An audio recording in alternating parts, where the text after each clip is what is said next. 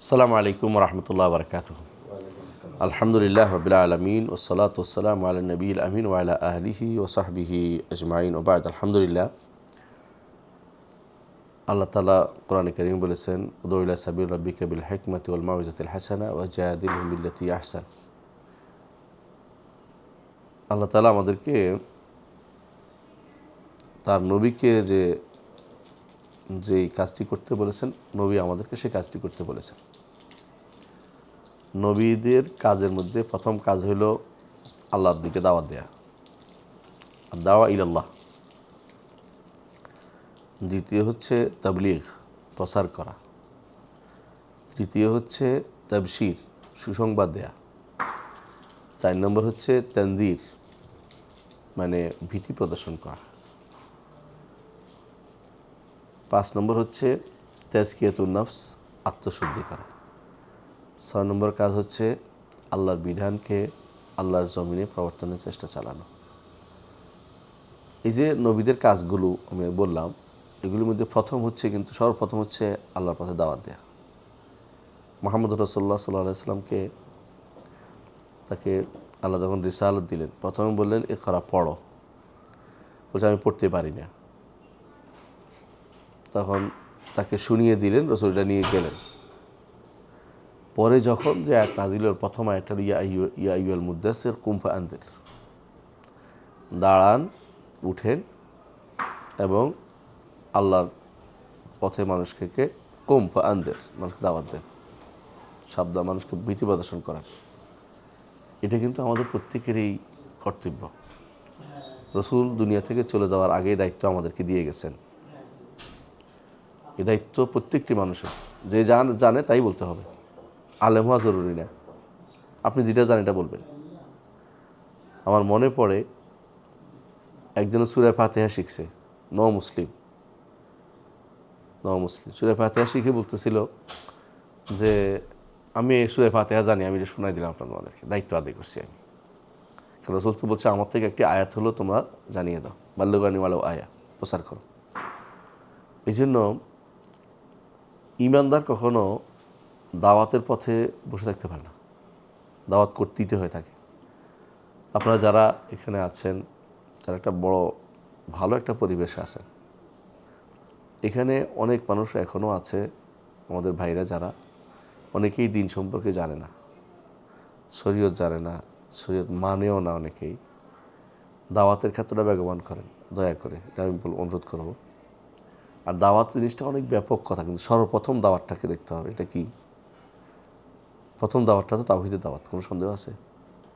নবীরা যেটা করেছেন, এটা না করলে আল্লাহ তাআলা তার নবীকে ধমকি দিয়েছেন, ওয়াইল্লাম তাফআল ফামা বাল্লাগতা রিসালাতা, এটা না করলে আপনি রিসালাত পৌঁছান নাই।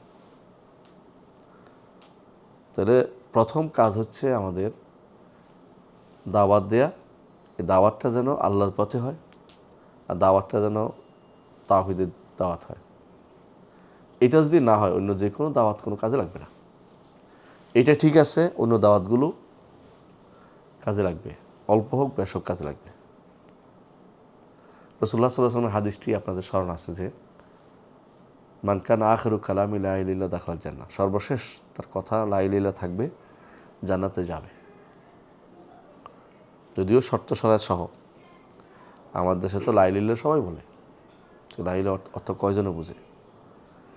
আমি এবার শেষের দিকে দ্রুত করে কোরআন খতম করেছি, দ্রুতই, কয়েকদিনের মধ্যেই। কিন্তু আমার চোখ একটা জায়গায় খুবই আটকেছে, এটা হচ্ছে বেশিরভাগ সূরাতে, বলতে পারেন 90% সূরাতে তাওহীদের দাওয়াতের কথা আছে। বেশিরভাগ জায়গাতে দেখবেন যে কিছুক্ষণ পর আল্লাহ তাআলা বলছেন লা ইলাহা ইল্লাল্লাহর কথা। নবীরা এটা নিয়ে আসছেন, এটা নিয়ে তো নবীরাই আসছেন। কোরআনে কারীমটা আল্লাহ তাআলা এই জন্যই, এই লা ইলাহা ইল্লাল্লাহর জন্যই। আমি তখন এটা তো জানি আমরা সবাই, কিন্তু আমি বলতে চাচ্ছি একটা জিনিস আমার খুব মনে মানে দাগ কাটছে। এটা হচ্ছে আমাদের সহ বিশ্বের যত সমস্যা, এটা 2 জায়গাতে। একটা হচ্ছে ইলাহ শব্দের অর্থ না বোঝা, ইলাহ শব্দের অর্থ না বোঝা, ইলাহ কাকে বলে। আর দ্বিতীয় অর্থটা হচ্ছে নবীরা কোন তাওহীদের দাওয়াত দিয়েছেন, নবীরা কোন তাওহীদের দাওয়াতের জন্য বেশি চেষ্টা করেছেন, সবচেয়ে বেশি। এই দুইটা জিনিস যদি আমরা এখন বুঝি না, বিশ্বের মধ্যে দেখবেন যে মানে বেশিরভাগ মানুষ এখন ইসলামের ছায়াতলে আসবে, এবং বেশিরভাগই শিরক থেকে দূরে থাকবে, কবর মাজার পূজা, কবর পূজা এগুলো থেকে দূরে থাকবে। ইলাহ শব্দের অর্থটাই মানুষ অনেকে বুঝে না। ইলাহ শব্দের অর্থ কি আসলে? যদি আপনাদের জিজ্ঞাসা করে, অধিকাংশ বইতে ইলাহ শব্দের অর্থ থাকবে কি, সার্বভৌম ক্ষমতার অধিকার আর কেউ নেই, পরিচালক আর কেউ নেই, এই জাতীয় অর্থগুলি করা হয়। কিন্তু ইলাহ শব্দ তো এটা অর্থ না। ইলাহ শব্দের অর্থ হচ্ছে যার ইবাদত করা হয়, মা'লুহ, উপাস্য, সহজ অর্থটা। এটা আরেকটা দিকে আমাদেরকে নিয়ে যায়। তাহলে ইলাহ শব্দ তো এটা হয়, তাহলে উপাস্য কারা হয়, কখন উপাস্য হয়, কখন একটা জিনিস উপাস্য হয়ে যায়, এটা সহজে বোঝার জন্য বলি। একটা আয়াত আছে কোরআনে কারিমে, আপনারা সবাই জানেন, এখন আরব দেশে থাকেন, অর্থ বুঝেন। আফারাআইতা মান ইত্তাখাযা ইলাহাহু হাওয়াহু, তুমি কি তাকে দেখেছো যে তার প্রবৃত্তিকে ইলাহ বানিয়ে নিয়ে ফেলেছে? প্রবৃত্তিকে ইলাহ কীভাবে বানায়? সে কি বলে যে প্রবৃত্তি আমাকে সৃষ্টি করছে? বলে প্রবৃত্তি আমার সকল ক্ষমতার অধিকারী? বলে প্রবৃত্তি আমার আইন দিতে পারে? এটা বলে? অর্থ কি? প্রবৃত্তির অনুসরণে সে অন্ধ হয়ে যায়। প্রবৃত্তি যেটা বলে এটাই সে করে, ভালো মন্দ বিচার তার থেকে লোপ পেয়ে গেছে। প্রবৃত্তির কারণে সে যা দরকার সেটা নিবেই, মানে পাবেই, সেটা এটা নিবেই, চিন্তা করে এটা নিব, যে কোনো মূল্যে নিব আমি, প্রবৃত্তি চাচ্ছি এটা আমাকে করতেই হবে, হারানো তোয়াক্কা করে না। প্রবৃত্তির কারণে সে কাউকে এত বেশি ভালোবাসে যে আল্লাহর ভালোবাসার স্থান পেয়ে গেছে। কিন্তু সবাই প্রবৃত্তির ইবাদত বলে এটাকে, মানে প্রবৃত্তির ইবাদত। এটা কী করতো, এটা একটা ব্যাখ্যা বলি। মক্কাতে যখন তারা ছিল, বনি ইসমাইল, তখন তো তারা কাবার তোয়াফ করত। যখন বনি জুরহুম তাদেরকে বের করে দিল, ইমাম কালবি তার কিতাবুল আসনামে লিখছে ঘটনাটা, তখন তারা বের করে দিল, তো মক্কা থেকে পাথর নিয়ে আসছিল তারা কিছু, মক্কার মহব্বতে, ভালোবাসায়। তো যেখানে যাইতো সেখানে পাথরটার উপরে এই ওটের দুধ মিশাইতো, মিশিয়ে সাদা হতো, দেখতে একটা বড় পাথর নিয়ে এসছে, তো দেখতে একটা কিছু মনে হতো। এখন তারা এর চারপাশে তোয়াফ করতো। কেন? মক্কার ভালোবাসায়, মনে করছে এটা একটা কিছু করছি, তো ভালোবাসায় করছি। কথা বুঝেন নাই? বৈধতার চিন্তা তারা করে নাই, এটাকে বৈধ অবৈধ কিছু চিন্তা করছি, আমি ভালোবাসা আবেগ দিয়ে করছি, আবেগ দিয়ে।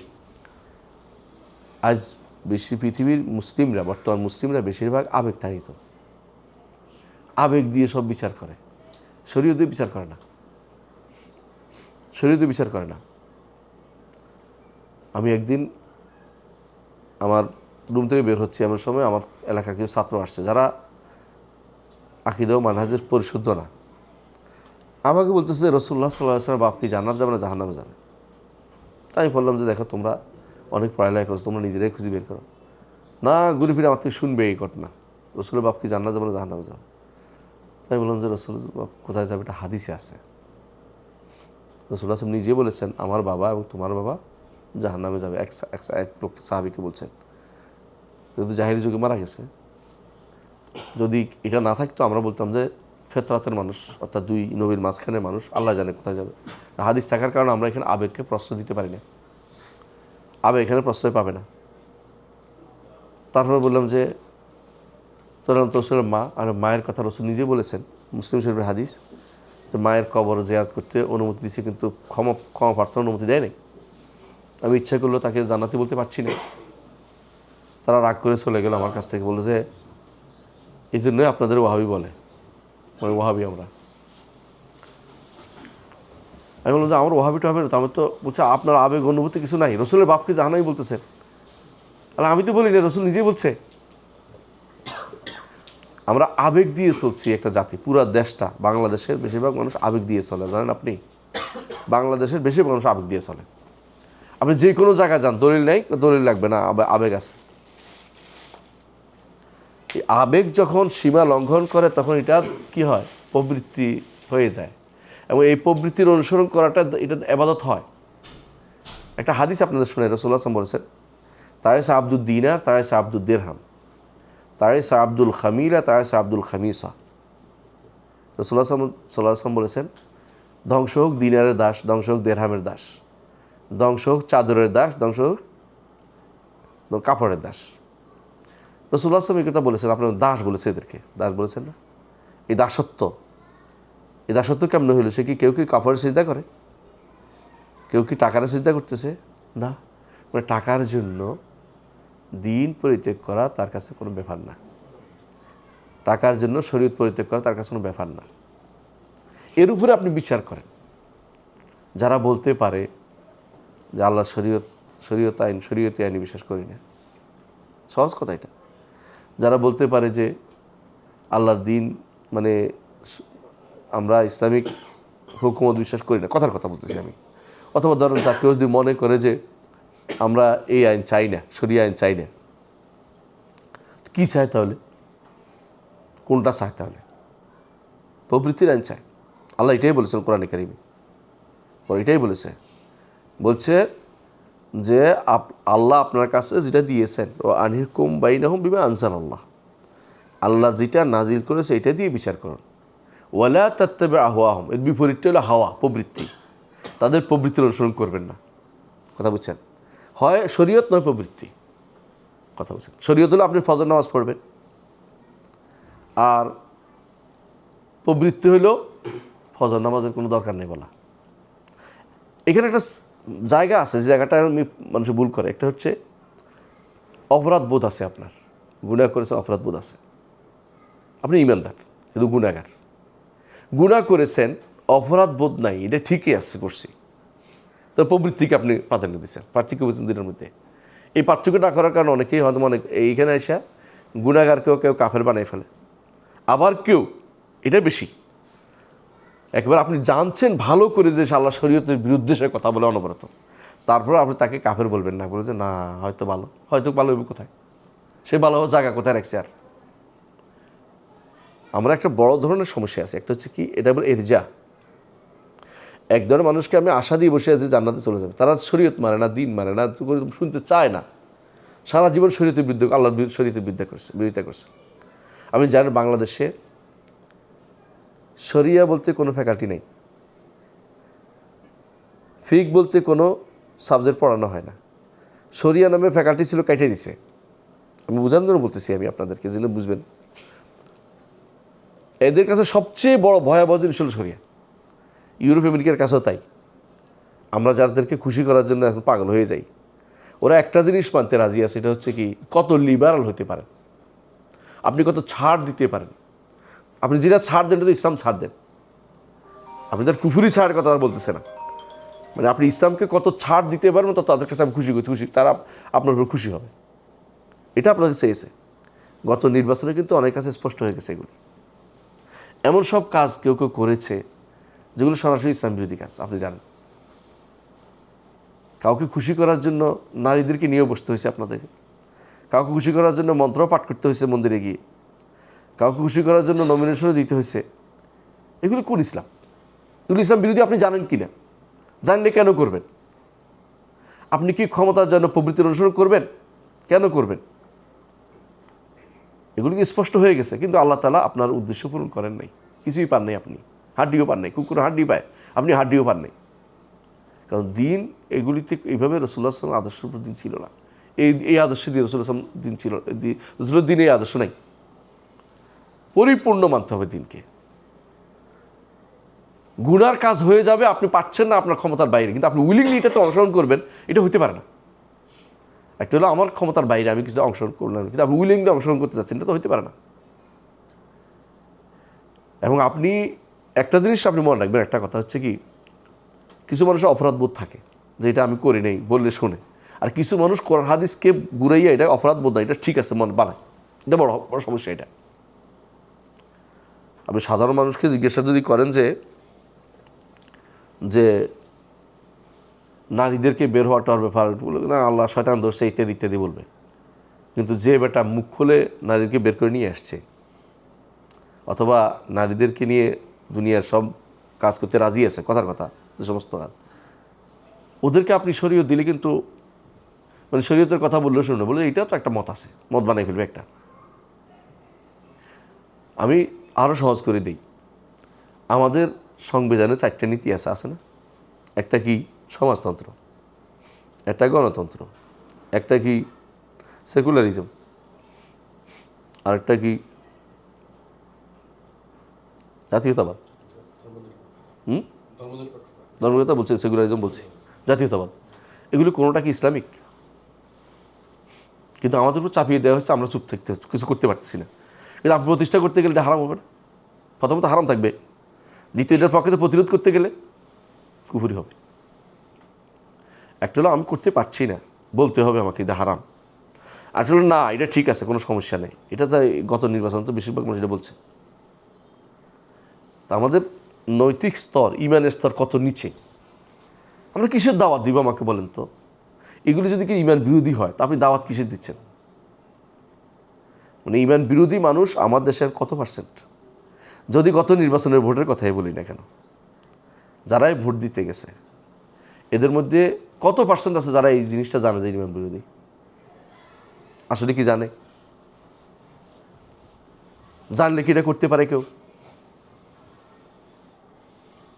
এই যে ভোটের মধ্যে যারা সংখ্যাধিক্য হিসেবে আসছে, কথার কথা, এরা কিন্তু বেশিরভাগই কিন্তু দিন সম্পর্কে অজ্ঞ, বেশিরভাগই দিন সম্পর্কে অজ্ঞ। আমাদের দাওয়াতের সমস্যা হচ্ছে কি, আমি একটু বুঝাই বলি আরেকটু। দাওয়াতে আমরা মনে করি আমরা কয়েকজন মিলে দাওয়াত দিলে হবে না, দাওয়াতটা ব্যাপক করতে হবে। ধরেন যারা ক্ষমতায় আসছে ওদেরকে যদি আমি দাওয়াত বুঝাইতে পারতাম কানে কানে যে ভাই এটা কিন্তু কাফি ইমান হারা হয়ে যাবে, এই কথা প্রচুর থাকার দরকার ছিল না আমাদের। কিন্তু এই বিষয়টা আমাদের কোথায় নাই, কোথাও নাই, এটা শিক্ষাতেও নাই, আমাদের কোনো শিক্ষাতে এটা নাই। শিক্ষাতে উল্টা শিখানো হচ্ছে।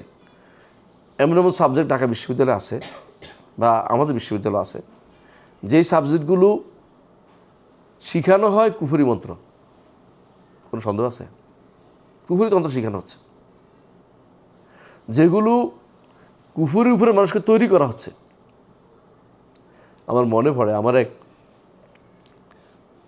মানে তালতো ভাই বলি আর কি, উনি চট্টগ্রাম বিশ্ববিদ্যালয়ের প্রফেসর।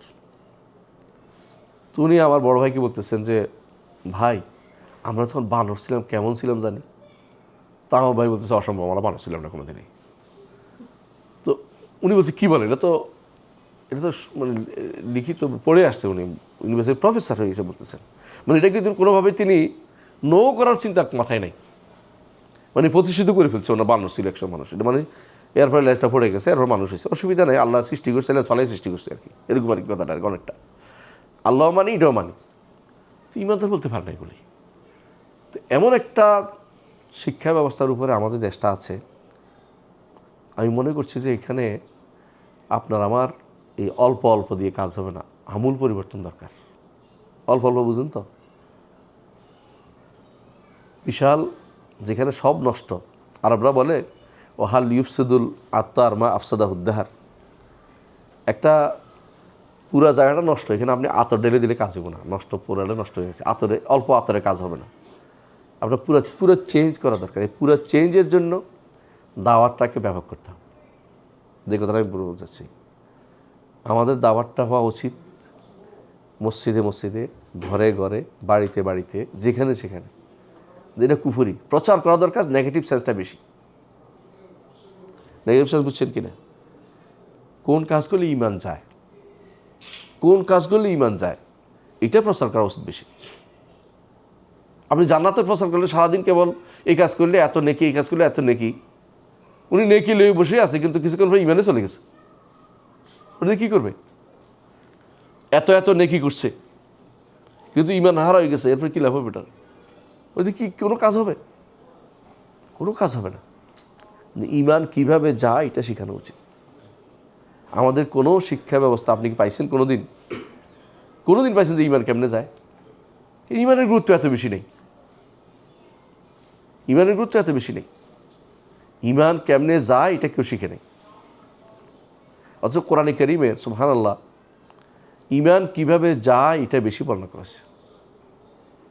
ওয়াইন আতাতুম ইন্নাকুম লা মুশরিকুন, এটা ওদের অনুসরণ করলে মুশরিক হয়ে যাবা, এটা করলে তোমরা কাফের হয়ে যাবা, এটা করলে তোমরা তোমরা তোমরা অবজ্ঞা করছো দিনের প্রতি।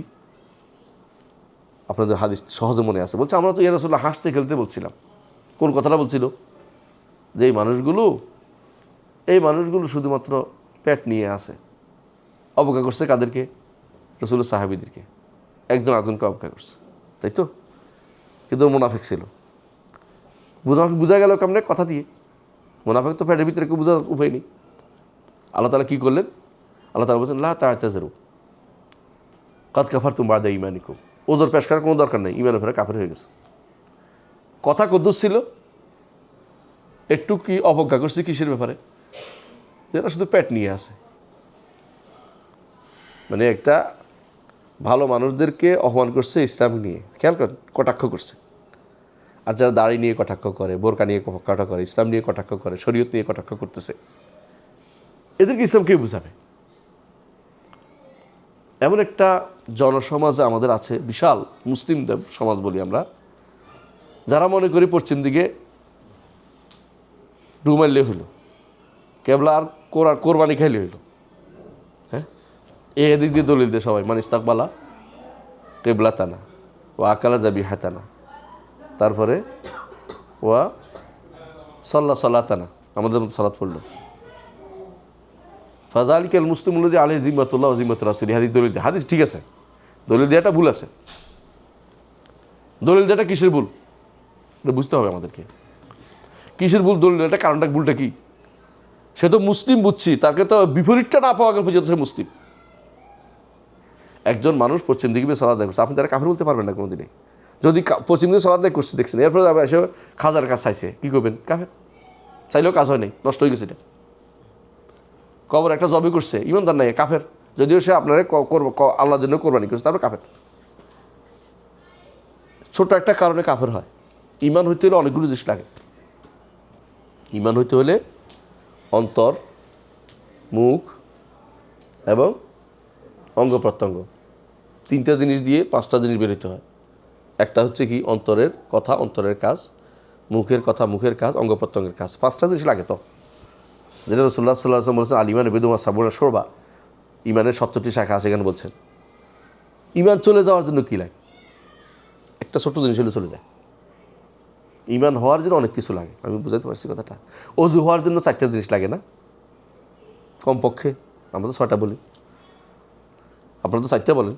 যদি কোনো কেউ বললো সব করছি, শুধু মাথা মশাটা করি না, অজু হবে? অজু হয়নি। ইমান কিন্তু এইভাবে যায়, অজু যেমনে যায় ইমানও এমনি যায়। কিন্তু ইমান যাওয়াটা আমরা শিখাই না কাউকে।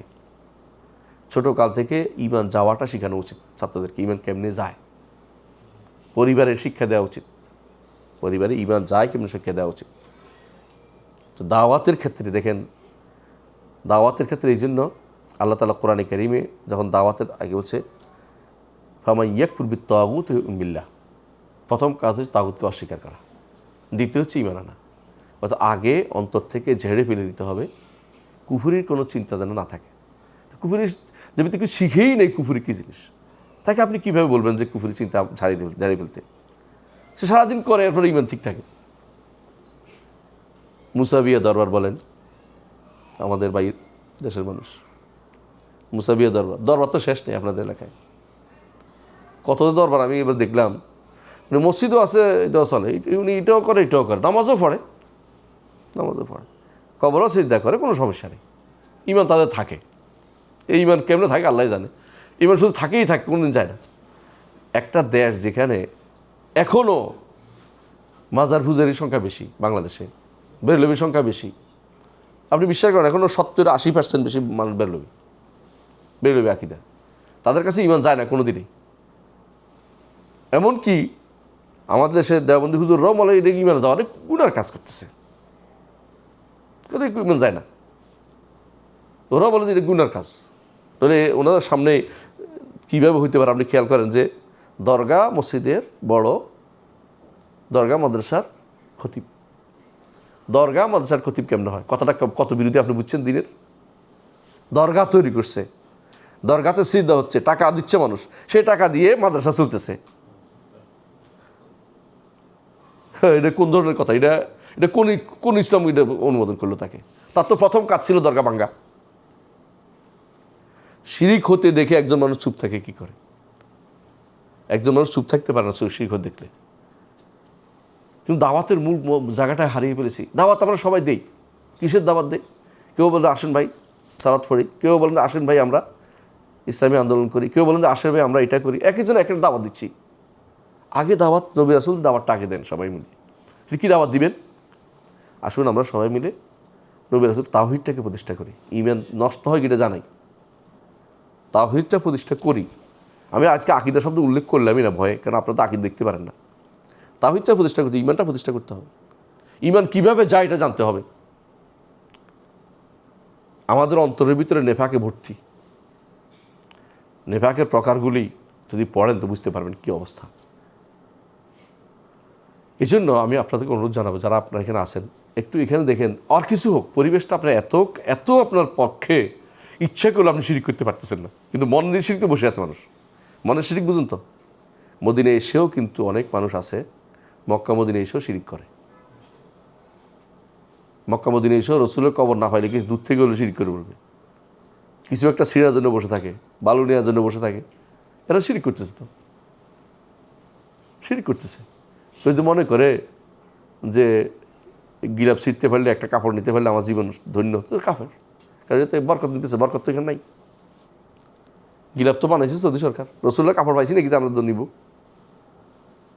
অনেকেই আছে এখন দেখি সুবহানাল্লাহ কাবার গিলাপের জন্য লাইন ধরছে কেউ কেউ। আমাকে একজন বলতেছে ওমুকে কাবার গিলাপ পাইছে, কী হয়েছে এটা দিয়ে, কী করবে এটা দিয়ে? কাবার গিলাপ দিয়ে বরকত নিয়ে যায় আছে মুশরিক, সঙ্গে সঙ্গে শিরক হয়ে যাবে। কারণ ওমর রাদিয়াল্লাহু আনহু সেই ঘটনা আপনার মনে আছে, হাজরা আসওয়াদকে তিনি কি বলেছেন? আমি জানি যে তুমি কোনো উপকার করতে পারো না, অপকার করতে পারো না। হাজরা আসওয়াদ আমরা চুমু কেন দিই? সুন্নাহ। বরকতে নিয়ত করলে কাফের হয়ে যাবে, ঈমান চলে যাবে। কারণ এটা বরকতের কথা হাদিসে আসে নাই, কথা বুঝছেন না? সোয়ার বরকত মধ্যে হতে আমাদের ঈমান যায় কি এটা জানা দরকার সবার আগে। যে ঈমানটা চলে যাবে, কিন্তু এটা শব্দ থাকা উচিত। কারণ আমার পুঁজিতে ঈমান, এটা না থাকলে আমল করে কোনো লাভ নেই। এই জন্য আমাদের এই দেশের যারা ওইখানে সৌদি আরব থাকেন, আপনাদের বলছি, অনুরোধ করছি এখান থেকে তাওহীদের জিনিসটা শিখে নেন ভালো করে, পরিবেশটা দেন আপনারা যেখানে থাকেন। এবং শিরকের জিনিসগুলো আপনাকে আগে শিখলে লাভ হবে। এটা দেশে বলতে পারেন এটা শিরক। অনেক আছে পরিবারের মধ্যে শিরক করে। আপনি এখন অনেকের হাতের মধ্যে দেখবেন যে তাগা আছে, গলার মধ্যে তাবিজ আছে। আমি এবারে একজনের খুলছি তাবিজ, খুলি দেখি কি জানেন, আমার এখানে অফিসে আসছে যাকাতের জন্য এক ভাই, তো হাত দিছি এখানে দেখে যে তাবিজ। ভাই এটা কি তাবিজ কেন দিচ্ছেন? হাঁটু ব্যথার জন্য। আর হাঁটু ব্যথা আপনার তাবিজ আরও বাড়াবে। কয় যে আমার এই সমস্যা আছে, সমস্যাটা খোলেন। তো জানি না মন থেকে খুলছে নাকি টাকার আশায় খুলছে, আমি জানি না। তো খুলে আমি আমার সেক্রেটারিকে বললাম খুলে দেখতো। ওইটা খুলে লেখা কি জানেন? কালীর নাম লেখা, কালী, উর্দুতে কালী, ওদের ওসিলা দেয়া, কালীর ওসিলা দেয়া, বুঝছেন তো? অমুকের নামগুলি, ওদের পরিবারের নামগুলি দিয়েছে, মিল মহব্বত তৈরি করে দিয়েছে দিয়ে, বুঝছেন তো? লিখে দিছে। তাই বললাম তো আপনি তো পড়তে পারেন, উর্দু পড়েন তো? আমি জানি না আমার কেন, তো আপনি তো পড়তে পারেন না, জানা জানি এটা শিরকে বসে আছে। এটা একটা দুইটা নয়, এটা পুরো সমাজের মধ্যে চিত্র। এটা ভাই যারা লেখে তাবিজ, কখন তাবিজ লেখে? এটা বানায় বসে বসে কয়েকজন মিলে একটা লেখছে, এটা ফটো। এখন তো আরও কিছু চালু হয়ে গেছে, এখন কিন্তু ফু দূর থেকে দেয়। এখন একটা রোকিয়া সারারিয়া আপনি ফু দিবেন, একটা হলো আমি ফু দিয়ে দিছি, সারা বাংলাদেশ ফু হয়ে গেছে। এখন কেউ আছে আমাকে একদম বললো যে এই যে আমাদের ইয়াতে সেনাবাহিনীর ওখানে এক মহিলা, সে অলি আল্লাহ হয়ে গেছে। কি উনি পানি নিয়ে এসে কয়েছে একটা কাজ করে, আপনি তোমার এত পানি আনতে পারবো না, আমি যাই। উনি যাই ফু দিয়ে দিছে কোথায়? টিউবওয়েলে। এখন সবাই দেখে লাইন করে টিউবওয়েল থেকে লাইন পানি নিতেছে। তাহলে শুরু হয়ে যাক। আর বেদাত বলতে পারবো না, বেদাত বললেও আমি দোষী। মানে এমন একটা পরিবেশ দাঁড়াচ্ছে দেশের মধ্যে, আপনি চিন্তা করতে পারবেন না শিরিক কাকে বলে। আপনারা এখানে যারা একটা ভালো পরিবেশে আছেন, দয়া করে সন্তানদের সেভাবে তৈরি করুন। দেশে যে সমস্ত মাদ্রাসায় শিরিক বিরোধী আছে এগুলোতে প্যাট্রোনাইজ করার চেষ্টা করুন। নিজেরা দাওয়াতের ক্ষেত্রে দরকার হলে বলবেন জোর করে, সে বন্ধু থাকুক আর তা কিছু যায় আসে না, আল্লাহকে খুশি করার জন্য কাজ করবেন। আল্লাহ আপনার খুশি হলে দুনিয়ার মানুষ না খুশি হলে আপনি কিছু যায় আসে না। হাসরের মাঠে কোনো কোনো নবী একজন আসবেন, সাথে একজনও অনুসারী নেই, নবীর কি ক্ষতি হবে? কেউ কেউ আসবেন, হাদিসে আছে একজন আসবেন অনুসারী, কেউ দুইজন আসবে, কোনো সমস্যা নেই। নবীর দায়িত্ব নবী পালন করেছেন, অনুসারী বাড়ানোর দরকার নেই। আমাদের মধ্যে সমস্যা হচ্ছে এটা কিটা, কত অনুসরণ বা অনুসারী বাড়াইতে পারে, অনুসারীকে হক কথা বলতে পারে না অনেকে। আমি পরীক্ষা করে দেখছি, এটা পরীক্ষা করে দেখছি। কেউ যদি আপনার একটা হাদিয়া দেয় না, আপনি হক কথা বলতে পারবেন, লজ্জা শরম চুপ নিয়ে থাকবেন। এই জন্য অনেক সময় আপনি চিন্তা করবেন যে আমি এইটাতে নিচ্ছি, কথা বন্ধ হয়ে যাবে কিনা, আমার দাওয়াত বন্ধ হয়ে যাবে কিনা। আপনি এই জন্য আমাদের সলফরা বেদাতে চলতে নিষেধ করতেন, বেদাতে চলতে নিষেধ করতেন। বেদাতে চললে আপনি কী হবে, হক কথা বলতে পারবেন না। অনেক সময় দেখবেন যে আপনি আটকে গেছেন, কারণ এতে আমার বন্ধু আসছিল, কেমনি কথাটা বলি, কীভাবে বলি, কীভাবে খুঁজতেছেন আপনি, আপনি হক কথা বলবেন, হক কথা বলতে পারতেছেন আপনি, অনেক জায়গাতে বিপদে পড়বেন। এই জন্য আমি আমার বক্তব্য দীর্ঘ করবো, শুধু এটাই বলবো, আপনারা যারা এখানে আসেন, আকিদাটা শিখি আমরা, সহি আকিদা ও মানহাজ, বিশুদ্ধ ইমান, বিশুদ্ধ আমল শিখা দরকার, বিশুদ্ধ আওয়াতের সিস্টেম শিখা দরকার, তিনটেই বিশুদ্ধ হওয়া দরকার। এই তিনটে হলেই সবরের কথা আসবে। দেখেন আপনি সফলতার ক্ষেত্রে কিন্তু ইসলামী তিনটাই দিছে, ইমান, আমল এবং দাওয়াত, তাই না? অত সবিস সবর, অত সবিল হক, অত সবিস সবর, ইল্লাল্লাযিনা আমানু ওয়া আমিলুস সালিহাত, অত সবিল হক, অত সবিস সবর। এই চারটা কাজ, এই চারটা কাজের মধ্যে প্রথম তিনটা লাগবেই এবং সহি হতে হবে। আমাদের দাওয়াত দেওয়ার ক্ষেত্রে বহু গোষ্ঠী আছে, কিন্তু দাওয়াতটা বিশুদ্ধ কিনা এটাকে দেখতে হবে। দাওয়াতটা বিশুদ্ধ হতেই হবে। এই জন্য দাওয়াত বিশুদ্ধ কাজটা, আমরা বিশুদ্ধ দাওয়াতের কাজটা করেন। আপনাদের কাছে অনুরোধ থাকবে, যতটুকু জানছেন হকটা জানেন, না জানলে চুপ থাকেন, গোজামিল দেওয়ার চিন্তা করেন না। ঈমান বিল কাদার, তাকদীরের উপরে ঈমান, একটা মাসালা বলি, বাকি আল্লাহর ঈমানের বিষয় তো নাই। এখনও বাংলাদেশের শতকরা 80% মনে করেন আল্লাহ সর্বত্র, যারা আল্লাহ সর্বত্র বিরাজমান তারা কাফের, ঈমানদার না। আল্লাহ তাআলা তার আরশের উপরে, তিনি সেখান থেকে সব দেখতে পান, সব নিয়ন্ত্রণ করেন, সব ঠিক আছে, এটা বলতে হবে আপনাকে। সৃষ্টির ভিতরে তিনি নন। এখনও বাংলাদেশের মানুষগুলো আল্লাহকে সর্বত্র বিরাজমান মনে করে, এবং সেটা কি দেওবন্দি বলবেন আর কওমি বলবেন আর বেরলভী বলবেন, সে একই কথা, পার্থক্য নেই এখানে। তাহলে কত পার্সেন্ট মানুষ ঈমান নিয়ে কভার যাচ্ছে আমার বলার দরকার। একটা মশলা, একটা আকিদার মশলা, একটা এর মশলা ধরেন, একটা তাকদীরের একটা মশলা বলে বুঝবেন। এখনও অনেকেই মনে করে কি আমরা করব বলে আল্লাহ আমাদের তাকদীর লিখছে, কুফরি কথা, আউযুবিল্লাহ। আমরা করব বলে আল্লাহ আমাদের তাকদীর লেখে নাই। আল্লাহ হচ্ছেন মনিব, তিনি লিখছেন যেভাবে সেভাবে আমরা চলি, এটা বিশ্বাস করতে হবে। আপনি তেমন বড় কিছু না, আপনি খুব ক্ষুদ্র জিনিস আল্লাহর সৃষ্টিতে, আপনি খুবই একটা ক্ষুদ্র একটা প্রাণী, আর কিচ্ছু না। আপনি যদি মনে করেন আমি তো একটা কিছু হনু রে, আমার জিজ্ঞাসা না করে লিখলো কেন রে, তো গেছেন আপনি ইমানদার না। আল্লাহ আপনার জন্য যেভাবে লিখছেন সেভাবে আপনি পাবেন। যদি ভালো পান, আল্লাহ শুকরিয়া আদায় করবেন যে তিনি আপনাকে ভালোটা লিখেছেন। যদি খারাপ কিছু পান, নিজে দোষ দিবেন যে আমি কেন ভালোটা খুঁজে নিতে পারি না, আমি তো শরীয়ত পাইতাম, শরীয়ত পেয়েছি, নিলাম না কেন। বিপদ পাইলে কী করবেন, কাদ্দার আল্লাহ মা শাআ ফাআল, আল্লাহ এটা আমার তাকদীরে লিখেছেন, আল্লাহ যা লিখেছেন তা ঠিক লিখেছেন। আমার এটা যেন আমি হয় সন্তুষ্ট হব না আলহামদুলিল্লাহ বলবো, সব না পাইলে অন্তত ধৈর্য ধারণ করব। এটা ইমানদারের কাজ। ইমানদারের নিজের উপর নিজে অহংকার করতে পারে না যে আল্লাহ কেন লিখছে, প্রশ্ন করার অধিকার নাই। প্রশ্ন একটাই করতে পারেন, তাহলে আমার জন্য আপনার জন্য লিখছে, আপনি কোথায় দেখছেন, আপনার কী লিখছে আপনি দেখছেন? দেখেন নাই। আপনাকে বলছে আমি কি লিখছি, মানে আল্লাহ তাআলা তিনি কি লিখছেন আপনাকে জানতেও বলেন নাই, জানা হারাম, শিরিক, গায়েবের খবর জানতে চাওয়াটাও জায়েজ নেই। কেউ যদি কোনো গণকের কাছে যায় তাহলে তার কি হয়, 40 দিনের এবার নষ্ট হয়ে যায়। আর গণকের কাছে জিজ্ঞাসা করে বিশ্বাস করলে কী হয়, কাফের হয়ে যায়। কারণ গায়েব জায়গাতে জানার কোনো সুযোগ নেই। আপনার দায়িত্ব শরীয়ত মোতাবেক চলা, গায়েব কী লিখছে এটা আল্লাহ তাআলা লেখা, আল্লাহ আমাদের খুঁজে বের করার কোনো কাম নেই আমার। আল্লাহ শরীয়ত মোতাবেক চলতে হবে আমাকে, শরীয়ত দিছে এটা শরীয়ত মোতাবেক চলতে বলছে। রাসূলুল্লাহ সাল্লাল্লাহু আলাইহি ওয়াসাল্লামকে বারবার এটা সাহাবাকে জিজ্ঞেস, ইয়া রাসূলুল্লাহ এখন যা যা হচ্ছে এগুলি কি আগে লেখা হয়েছে না এখন হচ্ছে? বলছে সব লেখা শেষ, তাহলে আমরা আমল করবো কেন? তোমাদের আমলটা তো এটা অন্তর্ভুক্ত। হ্যাঁ মানো, তোমাদের কাজ আমল করা, যদি লিখে থাকেন আমল করা, আমল কাজ জান্নাতের কাজ তোমাদের সহজ করে দেওয়া হবে। আর যদি কুফুরি লেখা থাকে, তুমি জাহান্নামে যাবে লেখা থাকে, তো তোমার কুফুরি কাজ সহজ করে দেওয়া হবে তোমার জন্য। তুমি চেষ্টা করো যে আমি যে কোনো মূল্যে বাঁচার চেষ্টা করি। ইমানদার বাঁচার চেষ্টা করে একটু এগিয়ে গেলে আল্লাহ তার জন্য এক হাত, এক বিগত এগিয়ে আসলে ইমানদার তার এক হাতে এগিয়ে আসে। অর্থাৎ তুমি একটু চেষ্টা করো, আল্লাহ তোমাকে পথ দিবে। একটু মুখ থেকে বল রব্বানা যালামনা আনফুসানা, আল্লাহ ক্ষমা করে দিবে। ইমানদার কখনো বলবে না যে আমি স্বয়ং সম্পূর্ণ, বরং তিনি যা লিখেছিলাম সেটার উপর চলি। কুল্লা ইউসিবানা ইল্লামা কাতাবাল্লাহু লানা, আল্লাহ যা লিখছে সেটাই শুধুমাত্র আমরা পাবো। আমরা নিজেরা করছি বলে আল্লাহ লিখছে, এই দেখো ভুরি কথা। এগুলি তো বিশ্বাস করতেছে। কেন বিশ্বাস করতেছে? এটা জাকির নায়েক বলছে, আরিফ আজাদ বলছে, অথবা অমুক বলছে, তমুক বলছে, অমুক মাওলানা বলছে, অমুক পীর বলছে। এগুলি তো ইমান আমাদের কথা না, এগুলি কুফরি কথাবার্তা। এগুলি কীভাবে শিক্ষা দেব? কত শিক্ষা দেওয়া দরকার আপনি বুঝেন। ইমানিয়াতে শিক্ষা দেওয়া অনেক কাজ বাকি আছে। যে জাতি এখনো ইমানিয়াত শিখে নেয়, সেই জাতির উপরে আপনি কি আশাবাদী হতে পারেন? ইসলাম কীভাবে প্রতিষ্ঠা করবে? তারা কোন ইসলাম প্রতিষ্ঠা করবে? এরপর বলতে আমরা ইসলাম প্রতিষ্ঠা করতে চাচ্ছি না, তো কী জন্য যাচ্ছেন আপনি? গোড়ার ঘাস কাটতে যাচ্ছেন ওখানে? আসল মূল জিনিস হচ্ছে ইমানিয়াতের ডাকে আপনাকে বাকিটা করবে। ইমান যদি কোনো আপনার পূর্ণ হয়, আল্লাহ আপনাকে সব কিছু দেবে। ওয়াদাল্লাহুল্লাযিনা আমানু ওয়া আমিলুস সালিহাতি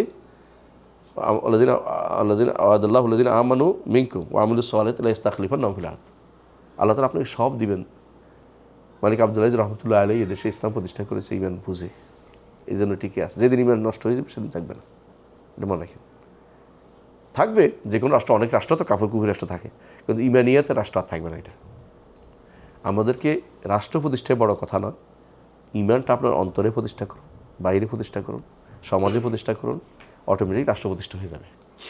যারা ক্ষমতা যাবে তারা যে ইমানদার হয়, তারা অন্যায়টা ফেলতে পারবে না।